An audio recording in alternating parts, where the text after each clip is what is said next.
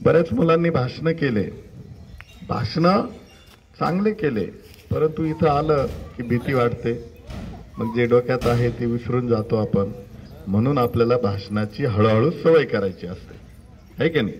म्हणजे जर आपण तयारी केली आणि आपल्याला सवय नसेल तर आपण ती विसरतो आणि थोडंसं घाबरतो, है की नाही.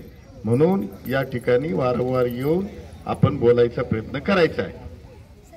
तुम्हाला या निमित्ताने ही शिकवण देतो मी.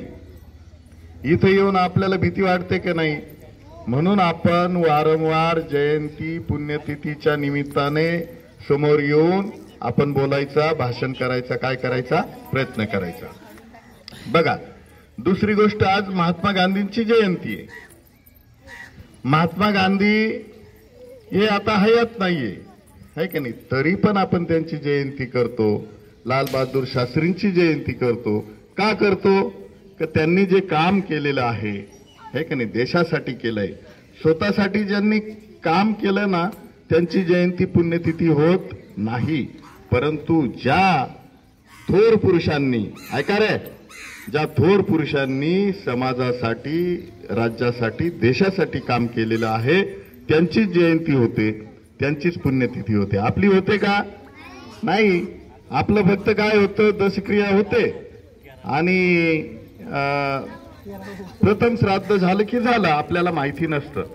आपल्या आजोबाचं नाव फार तर माहिती असतं, पंजोबाचं माहिती असतं, है की नाही. मागे गेलं तर आपल्याला काहीच माहिती नसतं.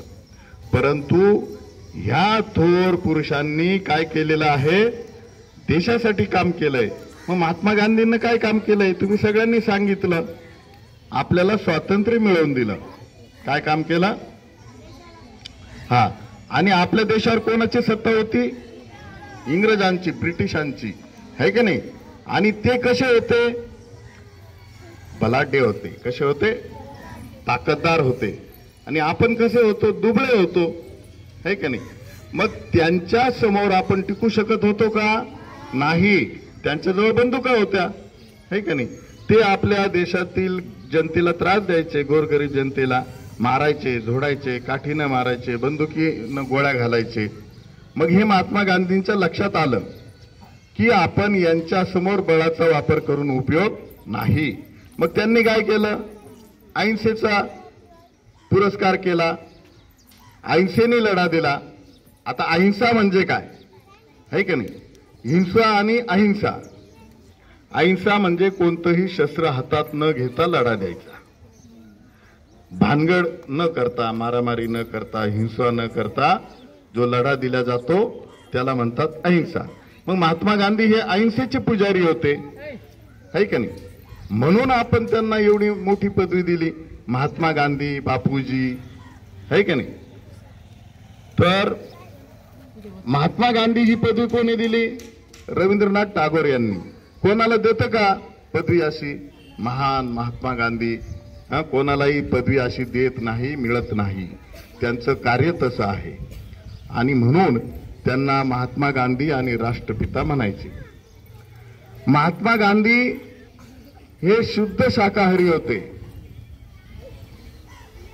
म्हणजे त्यांना बाकीचं काही चालत नव्हतं, ते साधं जीवन जगायचे. ते कपडे सुद्धा परिधान करत नव्हते, है की नाही. एकदा बिहारमध्ये सभेला गेले आणि सभेला खूप पुरुष होते, महिला नव्हत्या. मग त्यांनी तिथं चौकशी केली की माझ्या सभेला महिला का आलेल्या नाही.